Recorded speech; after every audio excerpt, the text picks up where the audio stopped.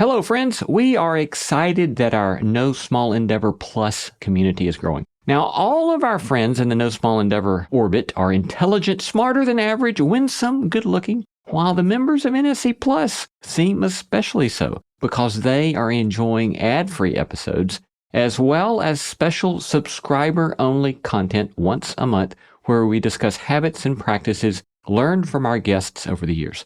And those special episodes have been a lot of fun, personal and practical. I love sitting down with our producer, Jacob Lewis, and recording those for you. And so we would love to have you join us. And your NSC Plus membership helps support the show. So because of all of these things, we'd love for you to join the NSC Plus family.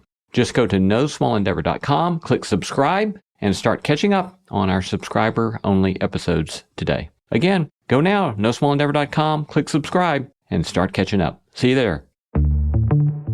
I'm Lee C. Camp, and this is No Small Endeavor, exploring what it means to live a good life. We live in a time that's weirdly dehumanizing.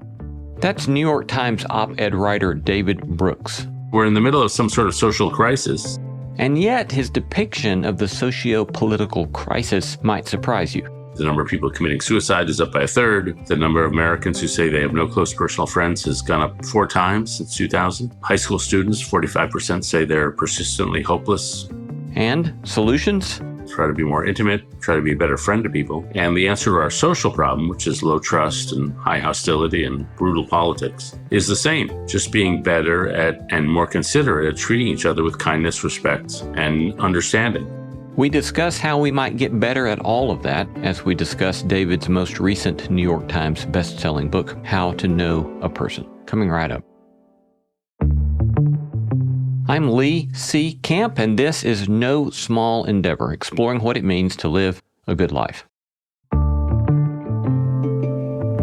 We live in a time that's weirdly dehumanizing. That's today's guest, New York Times columnist David Brooks.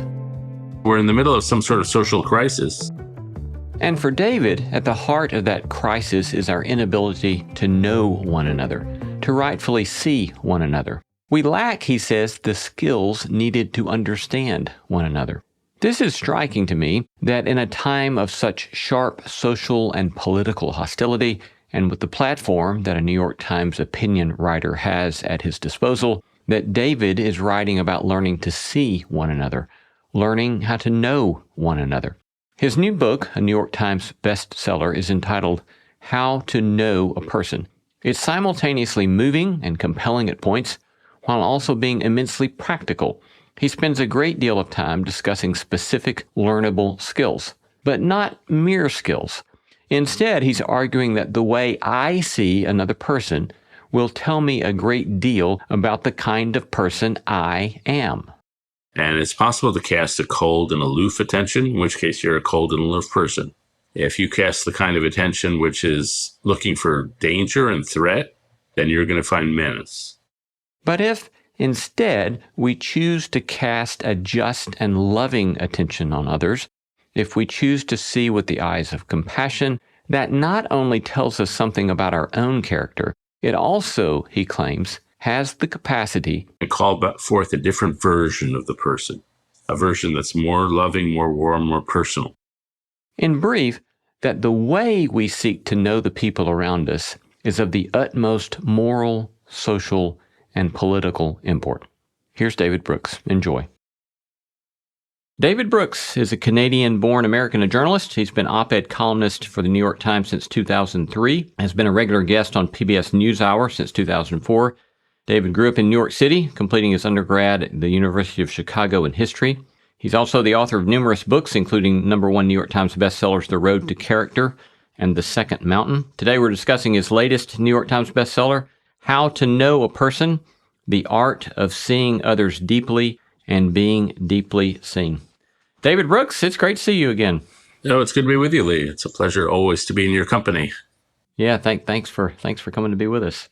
So here you are, a successful New York Times op-ed writer, and here this book on knowing people. Why do you care about this? And in the midst of a world of so much political turmoil that you could pontificate about, you're talking about personal relationships. What's driven you to this?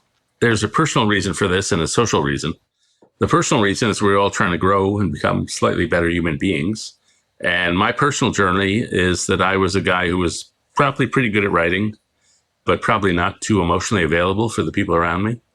And so I've been on a journey over the last 15 years to try to become a better human. And part of that is become more emotionally available. Part of that is become more spiritually mature. And part of that is just treat people with more consideration and kindness and justice. And so that's the personal journey. The social journey is that we live in a time that's weirdly dehumanizing. And you know the statistics as well as I do that the number of people committing suicide is up by a third. Mental health problems are skyrocketing. The number of Americans who say they have no close personal friends has gone up 4 times since 2000. High school students, 45% say they're persistently hopeless and despondent. And so we're in the middle of some sort of social crisis. And the answer to my personal problem of trying to be more relatable, try to be more intimate, try to be a better friend to people, and the answer to our social problem, which is low trust and high hostility and brutal politics, is the same. Just being better at and more considerate at treating each other with kindness, respect, and understanding. And so I just thought the one skill that's at the center of any family, church, organization, company, or society is the ability to see others deeply and be deeply seen. I want to get better at that. So I wrote a book trying to teach myself to get better. And hopefully other people around the country will want to get better and will read the book and will treat other people with more kindness. Yeah. You're fairly personal, and you say things about yourself like, when it came to spontaneous displays of emotion, I had the emotional capacity of a head of cabbage. To unpack some of that for us and tell us kind of what some of the growth has looked like for you, perhaps in some more specifics. Yeah, I mean, I grew up in a home that was, we had love in the home. We didn't express it. So we were not like one of these huggy homes. We were not a home where people said, I love you. And so I grew up in an intellectual world, and we around the Thanksgiving Day dinner table, we talked about the evolutionary history of lactose intolerance, the history of Victorian funerary monuments. So we were super cerebral, intellectual, and I grew up in that home, but I wasn't great at relating to people. And so that episode you described sort of summarizes a way of life I had, which was like, I'm 50 years old.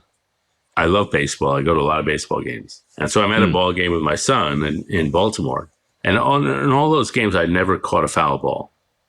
And I'm with my son in Baltimore, my youngest son, and a batter loses control of a bat. It flies through the air, lands in the stands, and lands on my lap. So I get a bat. Now, getting a bat at a baseball game is 1,000 times better than getting a ball. And so any normal human being is waving the bat in the air, is celebrating, high-fiving everybody around, hugging people, getting onto the Jumbotron. I just put on the bat on the ground and sat staring straight ahead. So I had like the emotional reaction of a head of cabbage or a turtle. Like I had no reaction. And I look back on that guy and I say, show a little joy, man. And so I thought I would better embark on a personal journey to be a little more emotionally open and a little more emotionally available. And so being a good University of Chicago graduate, I wrote a book about emotion called The Social Animal. And then I wrote a book about character called The Road to Character. And then I wrote a book called The Second Mountain, which is a little about my spiritual journey from a very secular world to a more religious set of beliefs. And then this book is about how to connect with people on the most fundamental level. And it's meant to be very practical. It's like when you meet somebody, as you try to befriend them, as you sit with them as they're suffering from depression, as you sit with them as they're disagreeing with you politically, what are the exact skills you need to get to know someone and to establish intimate connection? Yeah. And through all these books, I'm basically trying to teach myself. We writers, my favorite thing about writing is we writers are beggars who tell other beggars where we found bread. And so if I learn something valuable, I throw it into a book in the hopes that other people will find it valuable. And that's my big reward, when other people find something valuable that I found valuable. Yeah, that's helpful. Yeah, I want to dig into quite a bit about some of the specifics because I do find it very practical and deeply helpful. But before we go there, when you think back about that person who was more reserved, if you think about the person catching that baseball bat, do you think that the lack of emotion or the lack of joy that was shown, Was it related to fear, or was it related to a lack of basic skill, or how would you frame that? Yeah, all of the above. So, Hmm. like those of us who are not good at making connection, understanding others, I think there's a fundamental level of egotism. We're thinking about ourselves, we're not thinking about others. Second, we don't think we possess the skills. So if somebody comes to me with, in my old life, say 15 years ago, if you came to me with a personal problem and you were trying to deal with something in your personal life, I would panic. I just didn't know what to say. Hmm. And so I was not a good friend to people who were going through something hard, because I would flee from that kind of emotional encounter. Hmm. And so that was just lack of skills. And so there's like the normal fear of emotion. There's a fear of intimacy. And so to be emotionally available was not a priority. And then I think at a certain point, you think, I want to be better at connecting with people. I want to be the kind of person people would come to if they're working through a problem and they want somebody to talk to. Mm-hmm. And so I hope in the last 10 years, I've grown a little to become more of that kind of person. I had a bit of a spiritual awakening about 10 years ago. And that, I think, opened myself up to the deeper chasms within my own soul that I wanted to fill with spiritual and relational food. And so I've been on this little journey. And it's been a challenge, and it's been, I'm still very imperfect. But I think progress can be made even in middle age. Some people tell you can't change after age 30. I think that's ridiculous. Yeah. That I know a lot of people have changed a lot after age 30, and I've changed a lot after age 50. And so I'm about to name drop here, but I've been interviewed twice in my life by Oprah.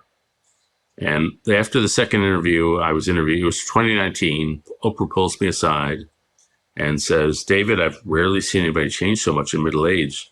You were so emotionally blocked before. And so that was a good day for me. Like, she's Oprah. She should know. She's the expert.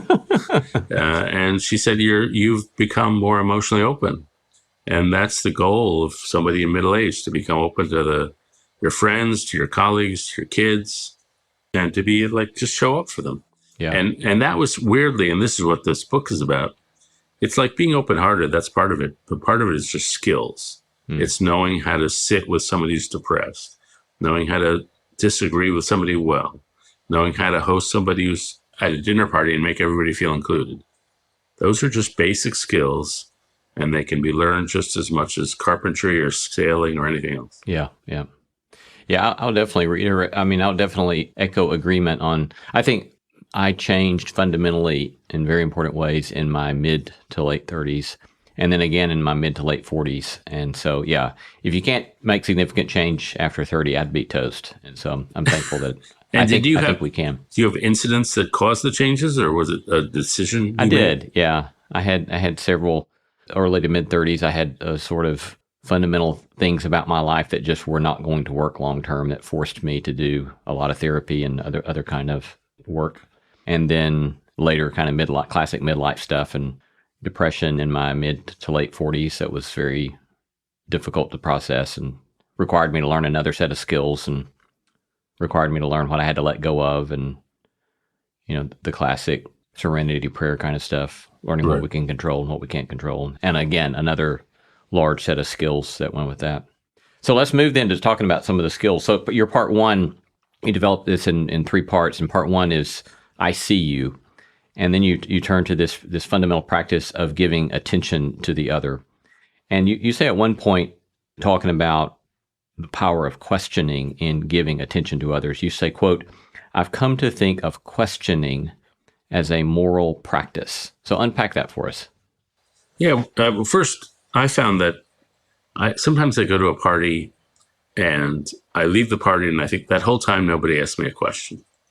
Like, they were like selling themselves, they were portraying themselves, but they were just not curious about me. And I've come to believe that only about 30 or 40% of human beings are question askers, that they're genuinely curious about the other people around them. The other people are perfectly nice, but they're just not question askers. They're just like performing themselves. Like, here's what I want you to think of me. And so I thought, well, I want to be a good questioner. And so how do you become that? And again, it's a skill.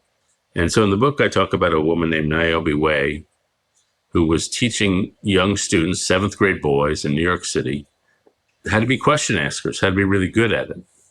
And I think she learned you don't have to be good at teaching kids how to ask questions. Kids are great at asking questions.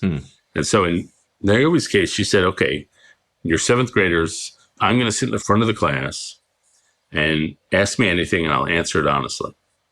And so the first boy said, are you married? And she said, no. And the second boy said, are you divorced? And she said, yes. And the third boy said, do you still love him? Oh, wow. And she was like, whoa, what's going on here? And she said, yes, with tears in her eyes. And the fourth boy said, does he know you still love him? Wow. And the fifth boy said, do your kids know you still love him? And so like they're kids, they know how to ask questions. They go right for it. Yeah. But I think as we get older, a lot of us get a little more timid and shy about asking questions. In my view, we get overly timid and shy. You don't want to rush into these things. Like when I'm first meeting someone, there are certain questions I'll ask just to get us going. That's like questions like, where'd you grow up? I travel a lot, so I've probably been where they've grown up. Or how'd you get your name? People talk about their family, their ethnicity. How'd you get your name? And then as I get to know people a little better, I'll ask a little more personal, but not too personal. And so I asked a theologian friend of mine, what's your favorite unimportant thing about you? And he told me that he's a big theologian. I thought very intimidating, but he loves a lot of reality, trashy TV. And so I learned that about him. And I said, well, my favorite unimportant thing about me is I like early Taylor Swift more than I like later Taylor Swift. So there's something about those high school breakup songs that she used to sing that I really like. And so that's unimportant, but it's something about me. And if you ask those kinds of questions, then later on you can ask the more serious questions. Yeah.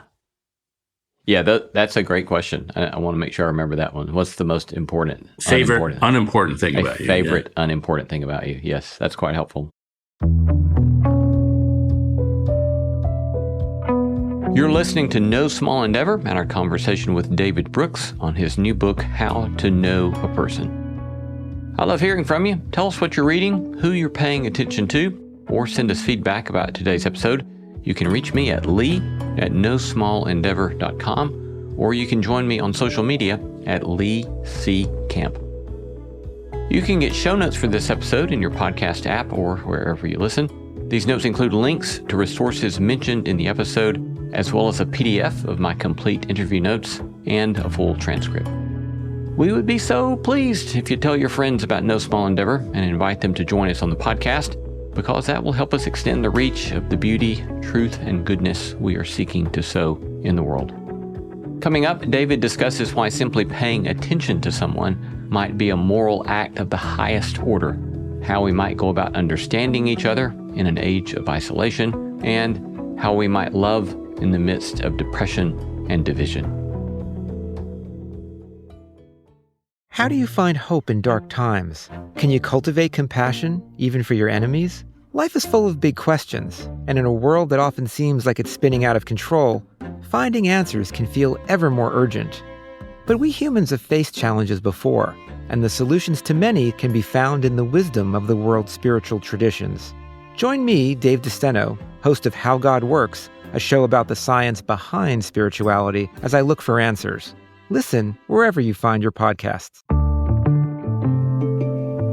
In the vein of this, you talk about how you're kind of arguing for a different model of ethics. And later in the book, you talk about John Stuart Mill. And of course, there are plenty of the Enlightenment thinkers that kind of focus on moral rules or principles when they're talking about ethics.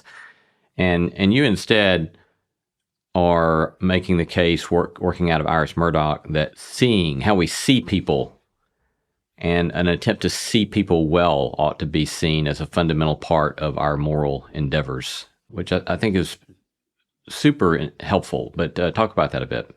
Yeah, so all these male philosophers like John Stuart Mill or Immanuel Kant, they built these vast moral systems. And they're based on abstractions, like don't use someone to get someone else. Like, that's a pretty good rule, but it's pretty abstract. And it's pretty like philosophical, academic. But along comes somebody like Iris Murdoch, who's a woman and who's learning from another woman named Simone Weil. that the essential moral act is the act of attention. It's not like some fancy moral rule. It's like you're sitting in a coffee shop, you're sitting in a restaurant, you got your kid right in front of you. What kind of attention are you casting upon that person? And it's possible to cast a cold and aloof attention, in which case you're a cold and aloof person. If you cast the kind of attention which is looking for danger and threat, then you're going to find menace. But Iris Murdoch said our goal should be to cast a just and loving attention on others. So we see someone, we're going to see with the eyes of love. We're going to see with the eyes of compassion. And if we see with those eyes, we're going to call forth a different version of the person, a version that's more loving, more warm, more personal. And so the story I tell in the book is I'm in Waco, Texas, like, I don't know, it's probably like 3-4 years ago. And I'm having breakfast with a 93-year-old lady named LaRue Dorsey. And LaRue Dorsey presents herself to me as a strict disciplinarian. She'd been a teacher much of her life, and she said, I loved my students enough to discipline them. And into the diner walks a mutual friend of ours, a guy named Jimmy Durrell. And he comes up to our table. He knows us both. And he grabs Mrs. Dorsey by the shoulders, and he shakes her way harder than you should shake a 93-year-old. And he says to her, Mrs. Dorsey, you're the best. You're the best. I love you. I love you. And suddenly that stern disciplinarian that I've been talking to turns into a bright, eye-shining 9-year-old girl. And that's the power of attention. If you shine a certain kind of warm attention on somebody, you will bring forth a different version of that person. And it's not only his own warmth, it's something philosophical, really. That Jimmy's a pastor. He pastors to the homeless in Waco. And when Jimmy sees someone, any human being he meets, he sees someone made in the image of God. He's looking into the soul of someone of infinite value and dignity. He's looking at somebody so important that Jesus was willing to die for that person. Now, you could be Christian or Jewish or Muslim or atheist or agnostic. Don't really care. But looking at every person you meet with that level of reverence and respect is a precondition for seeing them well. If you see each person as a mystery that you'll never get to the bottom of, as someone of infinite value, then you're going to be curious about the person. You want to ask questions. You're going to want to see who they are in their fullness. That's the beginning of seeing them well. So to me, that's the moral quality of attention. It's just a super powerful moral act. The way you pay attention to the people becomes who you are in the world. You have a beautiful passage from David White who says, friendship, quote, is not improvement, neither of the other nor of the self, but the ultimate touchstone is witness, the privilege of having been seen by someone, and the equal privilege of being granted the sight of the essence of another, to have walked with them, and to have believed in them. That's such a beautiful portrait of friendship. Yeah, the thing I love about the quotation is that we're not trying to improve each other. We're just trying to witness each other. We're just trying to be along for the ride. Yeah. And friendship is that, the privilege, I like the phrase, the privilege of having been seen. It really is a privilege to, when somebody really knows you well, and it's a privilege to give them that. And so even for this book, the last 4 years, I've been calling around, asking people, tell me about the time you felt seen. And people would tell me stories with glowing eyes that seemed kind of mundane. Like one woman told me, she was about 40. And she told me, when I was 13, I had my first taste of alcohol. And I got so drunk when my friends dropped me off at my house on the front porch, I lay down on the porch, I couldn't get up.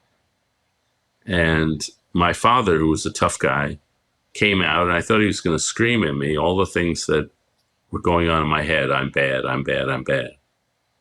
Instead, he just picked me up in his arms, carried me inside, laid me down on the sofa, and said, there'll be no punishment here. You've had an experience. That's it. You've had an experience. And so she remembers that moment like 30 years later, that her dad understood he didn't need to scream at her at that moment. And so she felt seen. And it's not super remarkable. It's like an everyday thing a parent might do. But it's an example of somebody saying, okay, I know you don't need to be screamed at right now. I'm just going to be on your team, and I'm just going to support you. I'm just going to be here with you. And it's like, it has an effect on people. Yeah. You have one, I think it's a full chapter, where you define a person. It's kind of perhaps to some a provocative definition of a person as a point of view. And you're making the case that if we really want to see another person, then we need to at least make an attempt to try to see that person's point of view. Talk to us a bit more about that and how you came to see that yourself. To me, the greatest thing all of us do is we take the experience of our lives and the hardships of our lives and the good things in our lives and the wise people in our lives, and we construct our own unique way of seeing the world. And we each see the world very differently. And you and I could be sitting in an auditorium in Nashville or in New York or wherever, looking at a concert. And in some sense, we're looking at the same thing, but we're all having very different experiences of that thing based on our pains, our hurts, our traumas, our joys, our tastes. And so if I'm going to know you, I want to know how you construct your reality. Experience is not what happens to you. It's what you do with what happens to you. So I want to know, like you and I are looking at the same situation. How do you see it? And it's likely to be very, very, very different. And so, for example, I quote in the book a study done in the 1950s of a football game between Dartmouth and Princeton. And it was a particularly bloody and brutal game. And each team's fans thought the other team committed the most penalties. And then a couple of weeks later, they showed a video of the game to each team's fans. And both groups of fans looked at the same video and said, look, this objectively proves that the other team was worse than our team. And it was the same video. And so it just shows how subjective we all are. And so if I want to understand you, I don't want to know what happened to you. I want to know what meaning you made out of what happened to you. What's your subjective viewpoint on the world? And just to get a little into brain science, not too much. When we look at, say we look at a rainbow, you and I speak English, and so we see a 7-banded rainbow. Now, a rainbow has no bands. It's a continuous stream of light. A rainbow has no color. There's no color in the world. There's just sound waves and visual waves and particles.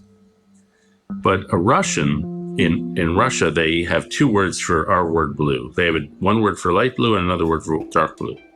And so Russians see 8-banded rainbows. They don't see the same rainbow we see.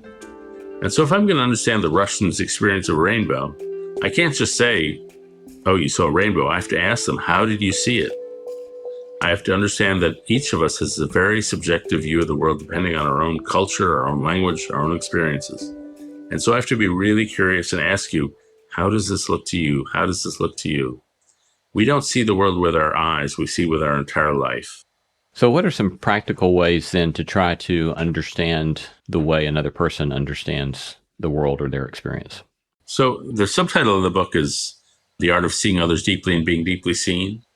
But if it's accurate, it should be the art of hearing others deeply and being deeply heard. The essential skill is being a conversationalist. How good are you at conversation? And let me first ask people who are listening to this, how good are you at knowing the people you meet? And I can tell you with great accuracy and confidence, you're not as good as you think you are. There's a guy at the University of Texas who studies how accurate are we at understanding what's going on in somebody's mind when we're talking to them. And the answer is we're accurate about 20% of the time. Oh. So we don't know what's going on in the other person's mind. And some people are pretty good. They're 55%. Some people are terrible. They're 0%. They never understand what's going on in somebody else's mind. They're social idiots. But they think they're accurate 100% of the time. So if I'm going to understand what's going on in your mind as I'm talking to you, it's not good enough for me to guess. I have to ask you. I have to ask you questions. I have to be really good at asking you questions and really good at having conversations. And so in the book, I have a bunch of conversational tips. How do you become a great conversationalist? And there are things like treat attention as an on-off switch, not a dimmer. If I'm going to be in conversation with you, my attention will be 100% or 0. It's not going to be 60%. I'm not going to multitask and be looking at my phone. Another one, there's a friend who you may know, a friend of mine named Andy Crouch. Sure. When you talk to Andy, it's like you're talking to a Pentecostal charismatic church. He's like, yes, I agree. That's good. Amen. Preach that. And so what I learned from Andy is be a loud listener. When somebody's talking to you, react. And you can either react verbally like Andy does, Or if you go on TV and look at an Oprah interview and turn the sound off, you see her facial expressions are changing depending on what the person is saying. She's a loud listener because she's reflecting back to them all the different emotions they're going. And so that's another tip. Another tip is don't be a topper. If you say to me, oh, I had this terrible flight, I was on the tarmac for 2 hours, I might say, well, I know what you went through. I've been on a flight where we were sat on the tarmac for 4 hours. And it sounds like I'm trying to relate, like we went through the same thing. But really what I'm saying is, A, let's stop talking about you. Let's talk about me. And B, my experience is way better than your experience. And so I'm being a topper. And that's a good way to kill a conversation. So those are some of the practical tips of just how to be a conversationalist. You've got another real helpful, simple acronym, SLANT. Sit up, lean forward, ask questions, nod your head, and track the speaker. And I thought, I think I might start putting that in my course syllabi. That would be a simple, great skill for students in a class, and for all of us.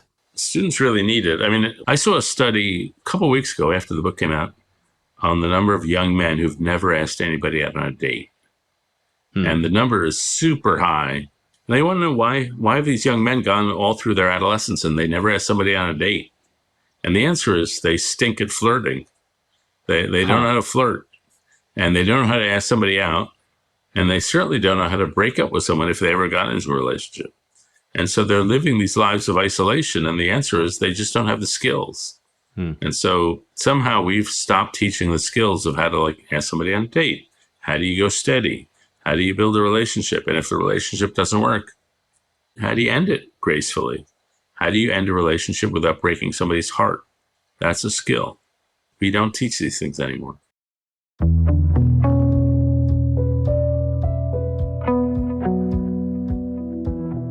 We're going to take a short break, but coming right up, the loneliness epidemic, depression, political division, and how to see and love people well in the midst of these.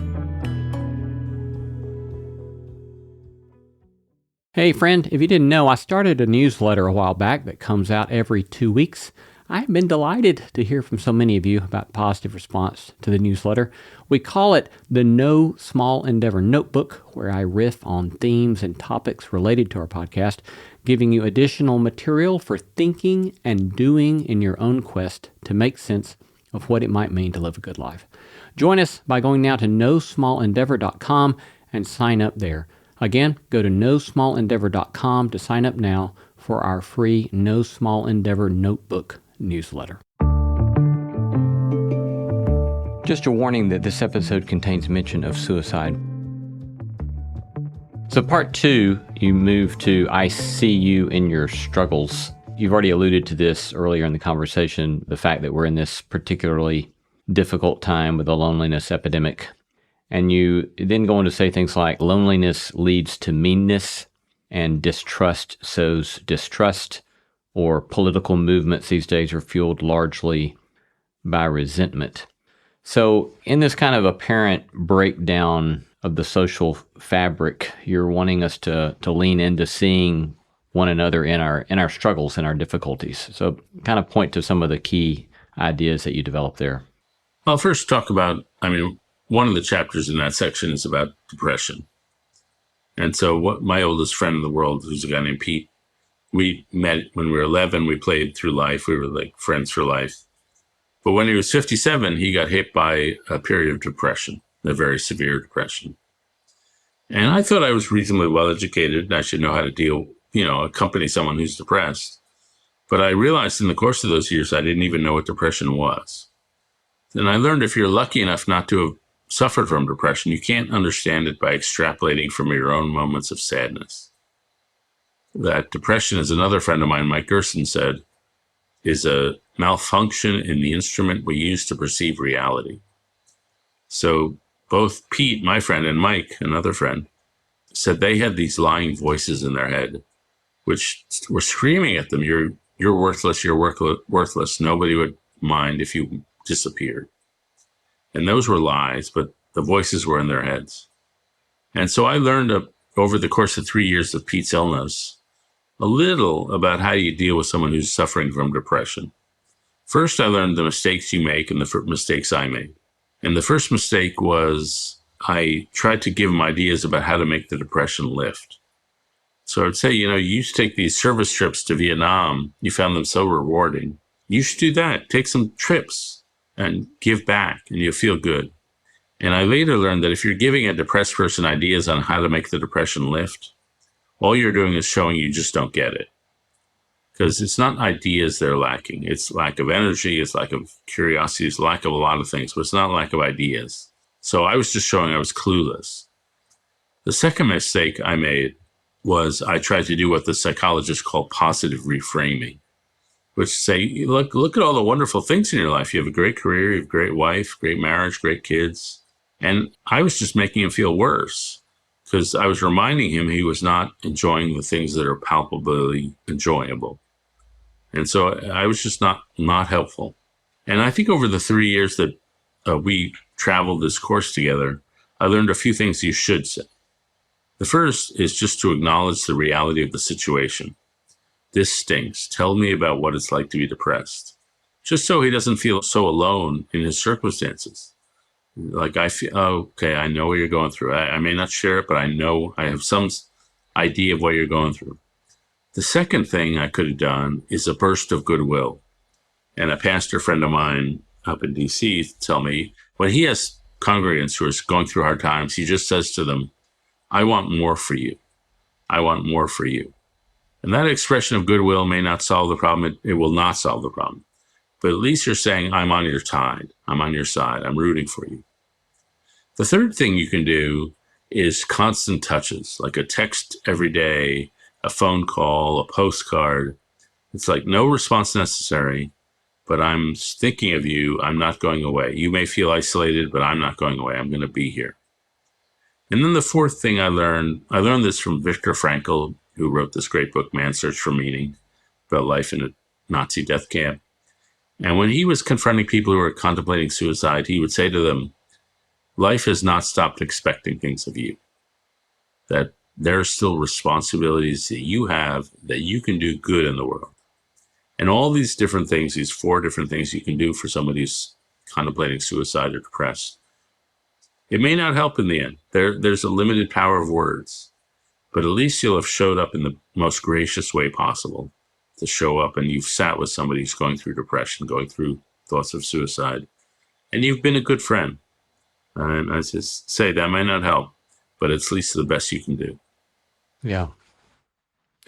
Yeah, I would say from my own experience that all of those things you described about what does not help and what does help seems quite true to my experience. So I appreciate that a lot. It was a hard education for 3 years, and my friend Pete lost his battle with suicide, or with depression. But he left a legacy for his friends and family of knowing, let's be honest about this. Mm-hmm. What was that experience like for you in losing your friend that way? It was hard. It was hard in first because you felt so powerless. Like the beast that took Pete was like bigger than him, bigger than me, bigger than his wife, bigger than his kids. It was just a big beast. Secondly, I lost 3 close friends within a few months of each other. And some of your listeners may know some of them. One was Pete. They probably wouldn't know. But another was Mike Gerson, who I quoted, who was a Washington Post columnist and a Bush speechwriter. And another was Tim Keller, who was a pastor, a Presbyterian pastor in New York. And so I lost 3 close friends with a rapid succession. And there are a lot of books about how to endure grief from a family member. And people have written books about grief when a spouse dies, when a child dies. But I wasn't prepared for the kind of grief when a friend dies. And so losing a friend, it was sort of uncharted territory to me.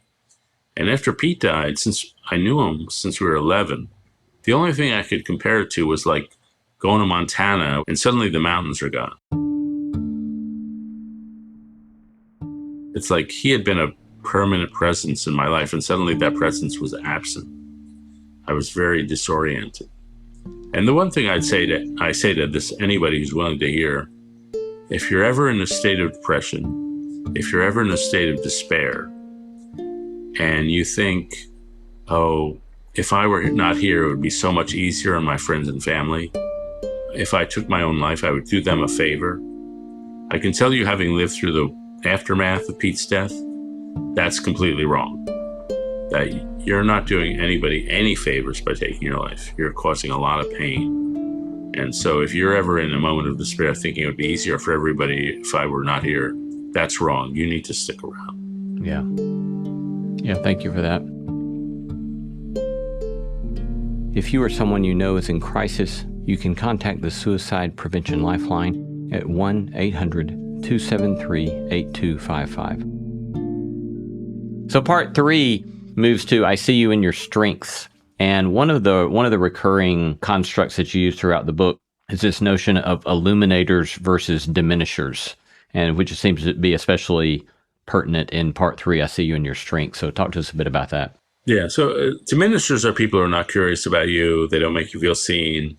They make you feel invisible. They're just like, they stereotype, they ignore. We all know people like that. And then illuminators are people who are curious about you. They ask you about you. They make you feel respected and lit up.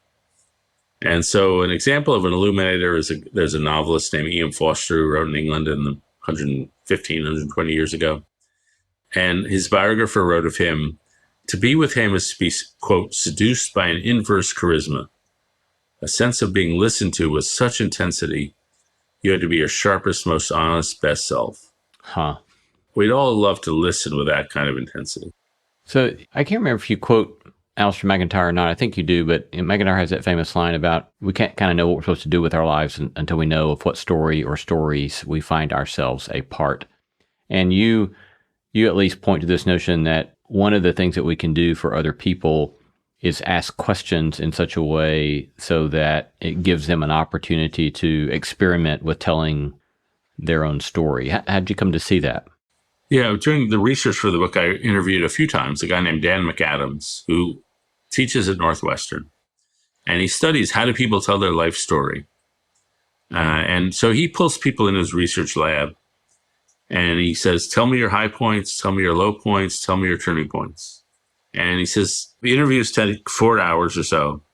He says about half the people cry because something sad has happened to them.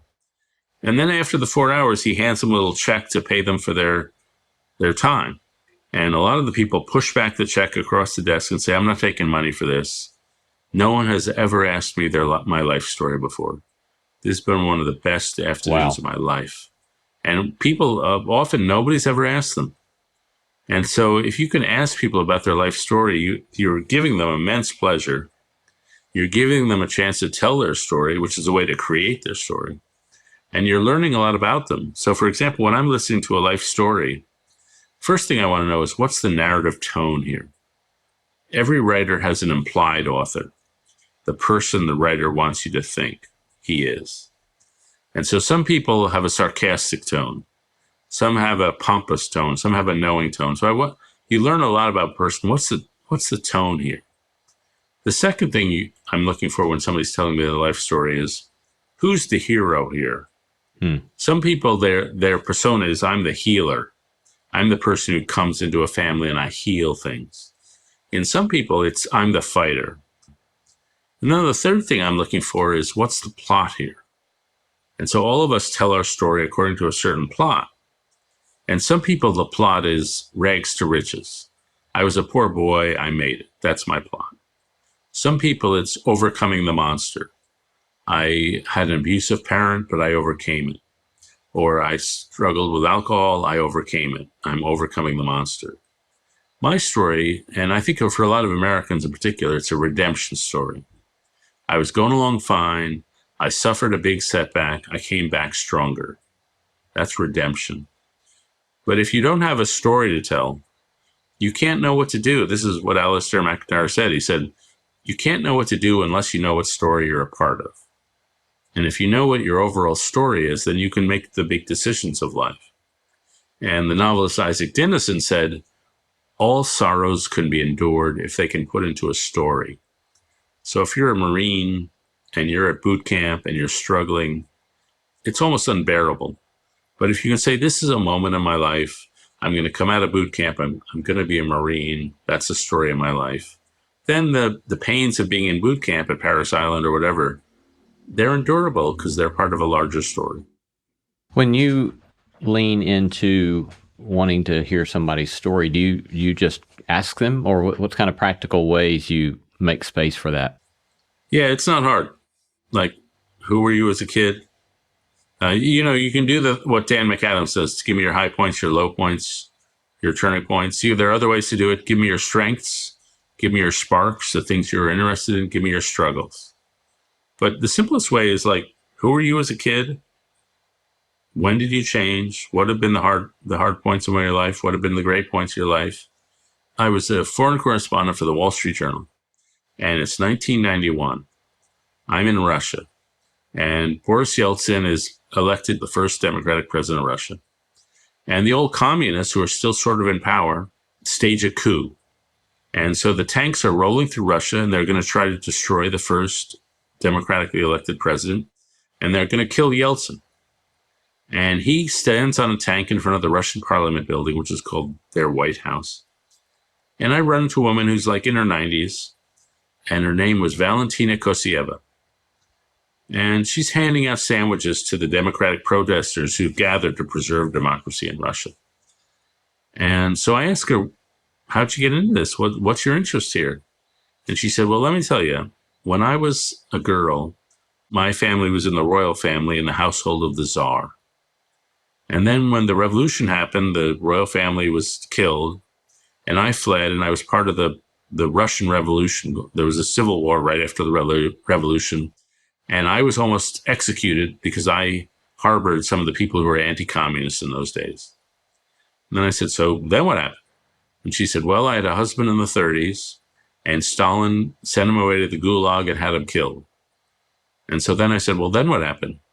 And she said, well, we had two boys, and they were fighting against the Nazis in World War II, and my youngest son was beaten to death in the Battle of Stalingrad, and my other son was shot. And so I said, well, then what happened? And she said, well, I married another guy, and in the 1950s, he was also sent to the Gulag in Siberia, and he vanished. I never saw him again. And so I said, well, then what happened? And she said, well, I'm part of the Kalmyk people, which is a Muslim population in the Soviet Union. And Khrushchev decided we were all going to be sent to internal exile. So we were all ripped from our apartments and we were sent to internal exile somewhere in Russia. And so all I did was say over and over again, and then what happened? And basically every terrible thing that had happened in Soviet history happened to her. And when she's 90, she's handing out sandwiches for the democratic protesters to try to end the Soviet Union and create a better Russia. And so it was one of the most remarkable interviews I ever had. And to get her life story, all I had to do was say, and then what happened? And then what happened? And then what happened? And it was a remarkable few hours that she described to me her whole life. Yeah, that's amazing. That's amazing. So last question, how do you posture yourself, or how do you steel yourself for the upcoming season of politics that clearly looks like it's going to be a lot of contention? Yeah, I'm not ready for it. So I've lived through the last 7 years, as we all have. And even the last few months after October 7th in Israel, it's just been a brutal period. Mm-hmm. And so my only resolution to myself, and I don't know if I'll succeed in this, is I'm not going to get calloused over. Like we're going to have a tough political fights. We're going to have a lot of insults, a lot of canceling. And I'm just not going to be turned into a warrior. I'm going to lead with curiosity. I've found in life, if you lead with trust and trust other people, sometimes you'll get betrayed. But sometimes the people you trust will trust you back. And so I think it's not unrealistic. It's not naive to lead with trust, to lead with curiosity, to lead with respect. And you may get bullied and beaten up occasionally, but it's better to be a defiant humanist than not. Been talking to David Brooks, op-ed columnist for the New York Times, on his latest book, How to Know a Person, The Art of Seeing Others Deeply and Being Deeply Seen. Thank you, David. It's been great to be with you today. Oh, it's great to be with you again, Lee. It's always a pleasure to be with you. Thank you.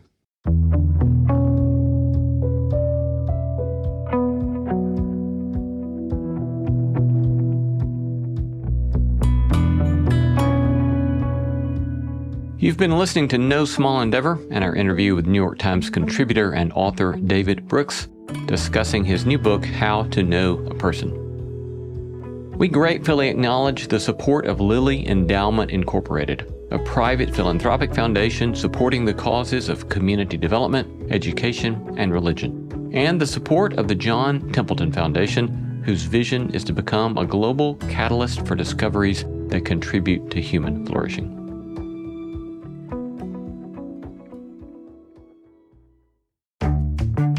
Our thanks to all the stellar team that makes this show possible: Christy Bragg, Jacob Lewis, Sophie Byard, Tom Anderson, Kate Hayes, Mary Evelyn Brown, Carrie Harmon, Jason Sheasley, Ellis Osborne, and Tim Lauer. Thanks for listening, and let's keep exploring what it means to live a good life together. No Small Endeavor is a production of PRX, Tokens Media LLC, and Great Feeling Studios.